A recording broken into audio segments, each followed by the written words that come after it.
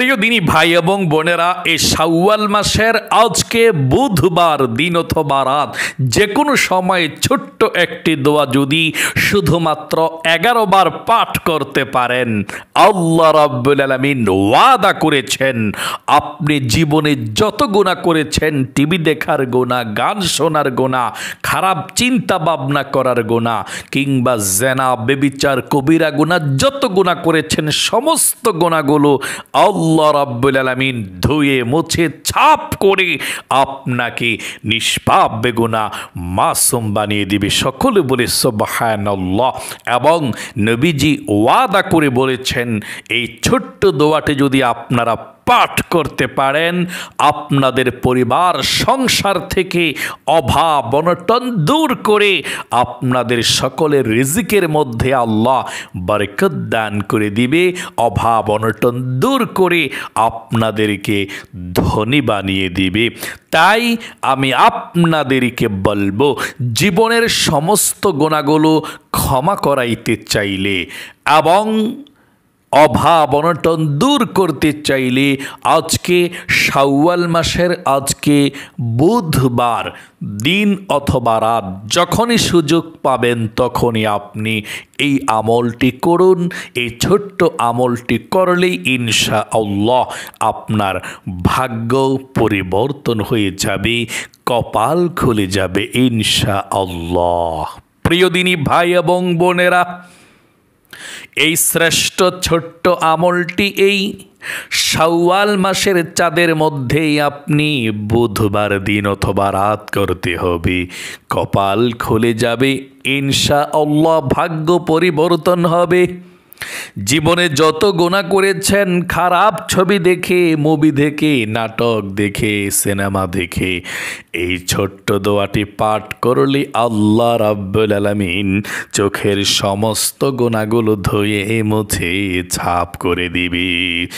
জীবনে যত গান শুনে গুনাহ করেছেন, অন্যায় করেছেন, বিচার করেছেন, আল্লাহ রাব্বুল আলামিন জীবনের সমস্ত গান শোনার গুনাহগুলো, ছবি দেখার গুনাহগুলো, খারাপ চিন্তা ভাবনা মনেতে করেছেন, যত খারাপ চিন্তা ভাবনা করেছেন সমস্ত গুনাহগুলো আল্লাহ রাব্বুল আলামিন ধুয়ে মুছে ছাপ করে দিবে, নিষ্পাপ হয়ে যাবেন।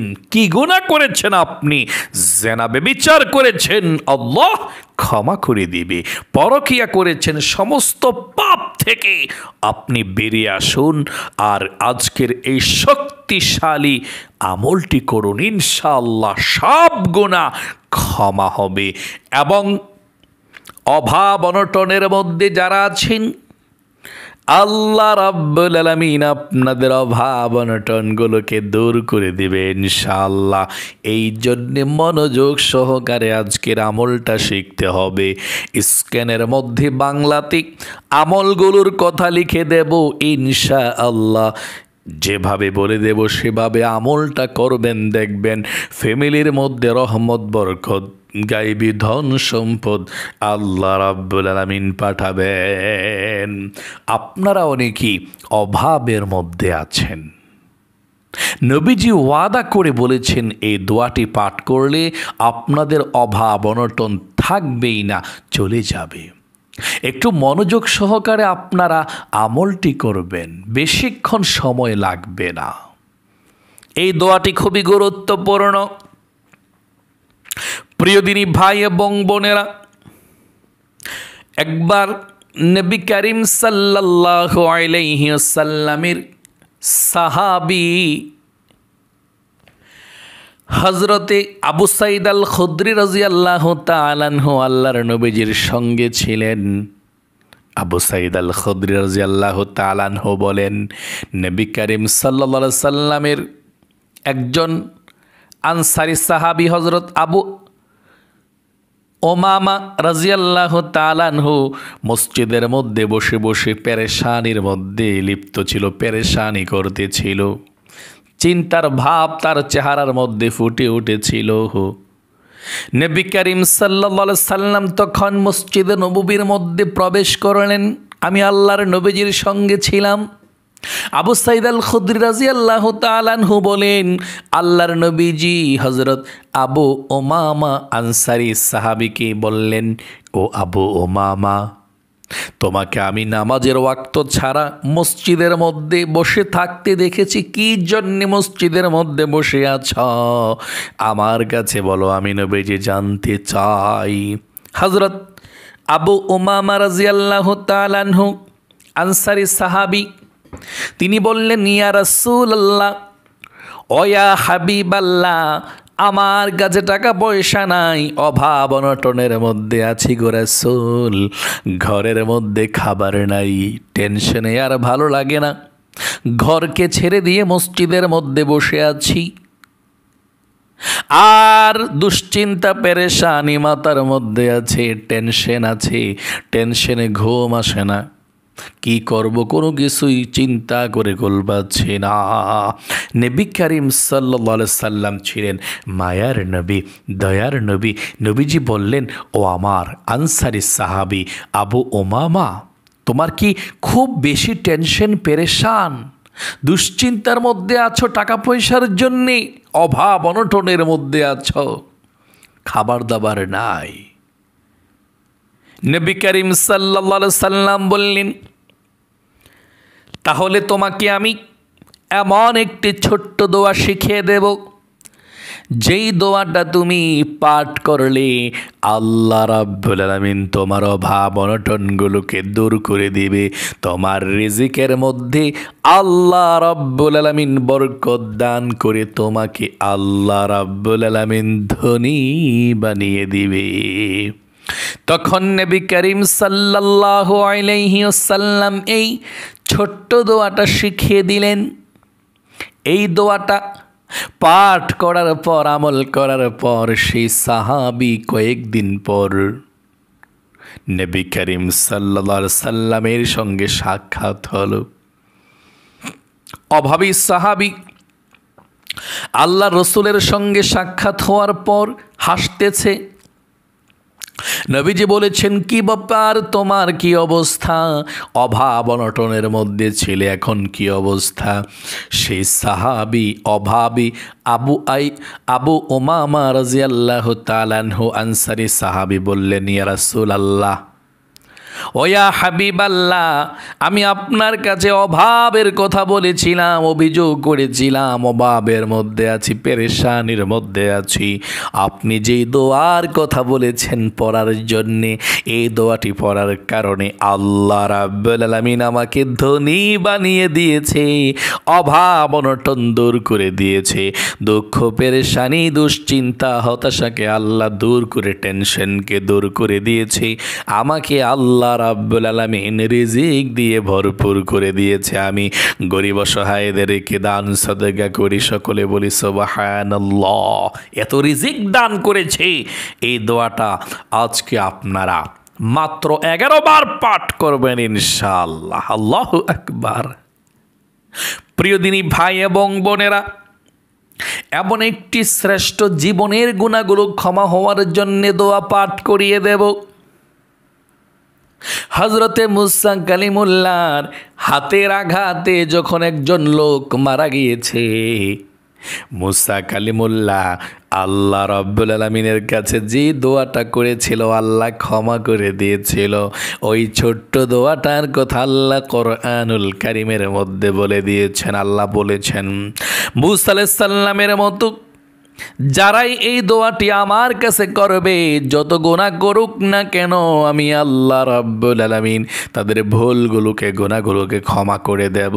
আর কখনো যদি আমার বান্দা বান্দিরা গুনাহের কাজের মধ্যে লিপ্ত না হয়, এই কথাটা মনের মধ্যে রেখে আমার কাছে দোয়াটি পাঠ করলে আপনি মনের মধ্যে রাখতে হবে যে আল্লাহ, আপনি দোয়াটি পাঠ করার পূর্বে 3টি কথা বলতে হবে আল্লাহকে, যে আল্লাহ, আমি জীবনে গুনাহ করছি, প্রচণ্ড ভুল করেছি, 1 নম্বরে অন্যায় করছি, 2 নাম্বার আল্লাহ ভবিষ্যতে আর গুনাহ করব না, 3 নাম্বার আল্লাহ তুমি আমাকে ক্ষমা করে দাও বলে আপনি আজকের এই দোয়াটি পাঠ করতে হবে ইনশাআল্লাহ। প্রিয় দিনী ভাই এবং বোনেরা, তাই খুবই মনোযোগ সহকারে আপনারা দোয়াগুলো পাঠ করবেন ইনশাআল্লাহ। আমি স্ক্যানের মধ্যে প্রত্যেকটা দোয়া দিয়ে দেব, বাংলাতে লিখে লিখে দেখে দেখে আমলটি করলেই চলবে ইনশাআল্লাহ। দেখে দেখে পড়লেই চলবে ইনশাআল্লাহ। ঠিক আছে, আমি আমলটি কিভাবে করবেন আমি বলে দিচ্ছি ইনশাআল্লাহ।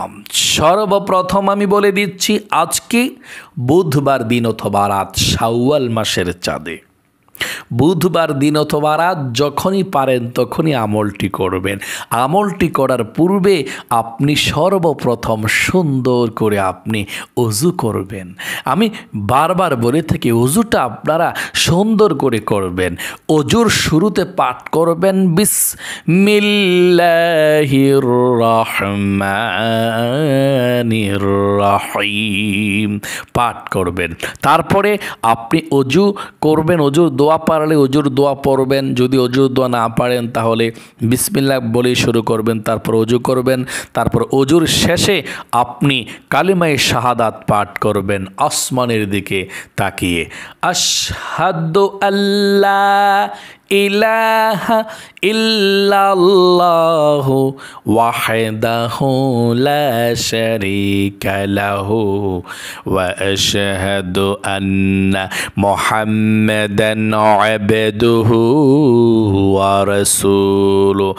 কালিমায়ে শাহাদাত আপনাকে পাঠ করতে হবে ওযু করার পরে। ঠিক আছে, তাহলে ওযুর শুরুতে বিসমিল্লাহ পাঠ করবেন, তারপর ওযু করার পর কালিমায়ে শাহাদাত পাঠ করবেন। ঠিক আছে, তাহলেই চলবে। তারপরে আপনারা একটি পবিত্র জায়গার মধ্যে বসে যাবেন আমলটি করার জন্যে।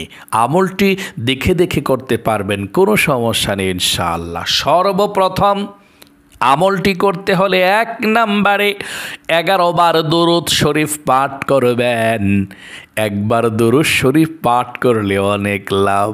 11 বার দরুদ শরীফ পাঠ করবেন।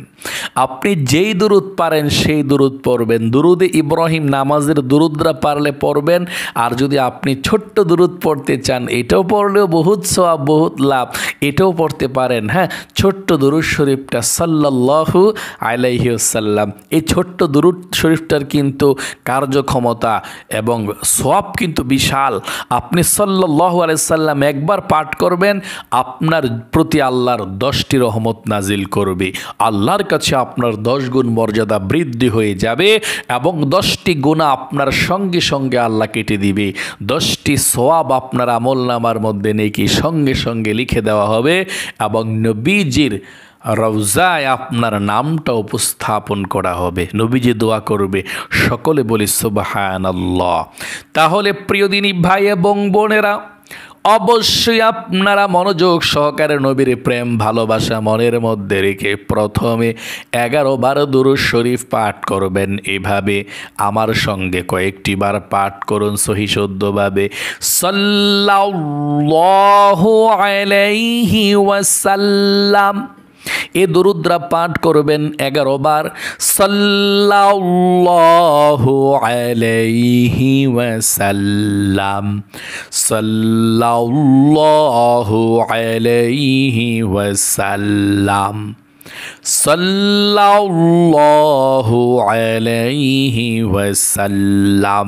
1 নম্বরে 11 বার দুরূদ শরীফ পাঠ করতে হবে। 2 নম্বরে জীবনের সমস্ত গুনাহগুলো ক্ষমা হওয়ার জন্য, নিষ্পাপ হওয়ার জন্য নবী করিম সাল্লাল্লাহু আলাইহি ওয়াসাল্লাম যেভাবে বলেছেন তাওবা ইস্তিগফার পাঠ করার জন্য, সে নিয়তে আল্লাহর শেখানো পবিত্র কোরআনুল কারিমের ছোট্ট দোয়াটা 11 বার পাঠ করবেন, যেটা মুসা আলাইহিস সালাম ভুল করে পাঠ করেছিল। সঙ্গে সঙ্গে আল্লাহ আপনাকে ক্ষমা করে দিবে। যত গুনাহ করেছেন, চোখের গুনাহ, কানের গুনাহ, অন্তরের গুনাহ, যত কবিরা গুনাহ, কঠিন গুনাহ করেছেন সব গুনাহ আল্লাহ ক্ষমা করে দেবে। তবে আপনাকে শর্ত মানতে হবে। 2 নম্বরে আপনি এই দোয়াটি পড়লে সব গুনাহ মাফ হবে, তবে আপনাকে মানতে হবে 3টি শর্ত। আল্লাহকে বলতে হবে 3টি কথা যে আল্লাহ জীবনে যত গুনাহ করেছি আমি ভুল করেছি, 2 নম্বরে ভবিষ্যতে আর কখনো গুনাহ করব না, 3 নম্বর আপনি আমাকে ক্ষমা করে দিয়েন। এই কথাগুলো আপনাকে বলে তারপরে আপনি 11 বার এই ছোট্ট দোয়াটি, আল্লাহর শেখানো দোয়াটি পাঠ করবেন। জীবনের সমস্ত গুনাহগুলো ক্ষমা হয়ে যাবে সঙ্গে সঙ্গে। তবে মনের মধ্যে কিন্তু রাখতে হবে যে আর কখনো আমি গুনাহ করব না। মনের মধ্যে যদি আপনি রাখেন যে না পরবর্তীতে আমি আবার গুনাহ করে ফেলবো, এমনটা করলে কিন্তু আপনার গুনাহ মাফ হবে না। মনের মধ্যে 100 থাকতে হবে যে না আমি জীবনে আর কখনো গুনাহ করব না। তাহলে যত কঠিন শক্ত গুনাহ আপনি করেছেন, আল্লাহর কসম করে বলছি আপনার জীবনের সব কঠিন গুনাহগুলো ক্ষমা করে দিবে, আপনি তওবার মতো তওবা করতে পারলে। তা ঠিক আছে, আপনি আল্লাহকে বলবেন আল্লাহ জীবনে আর কখনো ভুল করব না, গুনাহ করব না, গুনাহ করছি ভুল করছি, আপনি আমাকে ক্ষমা করে দিন। ঠিক আছে, এখন আপনি এই কথাটা বলে পাঠ করবেন 11 বার এই ছোট্ট দোয়াটা। আমার সঙ্গে কয়েকটি বার সহি শুদ্ধ করুন, আপনি পরবর্তীতে দেখে দেখে পাঠ করতে পারবেন ইনশাআল্লাহ, কোনো সমস্যা নেই।